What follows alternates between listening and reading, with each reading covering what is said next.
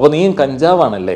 വേടനുമായി ബന്ധപ്പെട്ട ഈ ഒരു സംഭവത്തിന്മേൽ വീഡിയോ ചെയ്തതുകൊണ്ട് കുറേയധികം രസകരമായിട്ടുള്ള കമൻറ്റുകളൊക്കെ കാണുവാനായിട്ട് സാധിച്ചു. അതൊക്കെ ഓരോ ആളുകളുടെയും രസകരമായിട്ടുള്ള ആരോപണങ്ങളാണ്. നമ്മൾ പറയുന്ന കാര്യങ്ങൾ മനസ്സിലായിട്ടില്ല എന്നുണ്ടെങ്കിൽ പൊതുവെ മലയാളികൾ എടുക്കുന്ന ഒരു ഡിഫൻസാണ് അവനെ അങ്ങ് അപമാനിക്കുക, അവനെ അങ്ങ് ഇല്ലാതാക്കുക.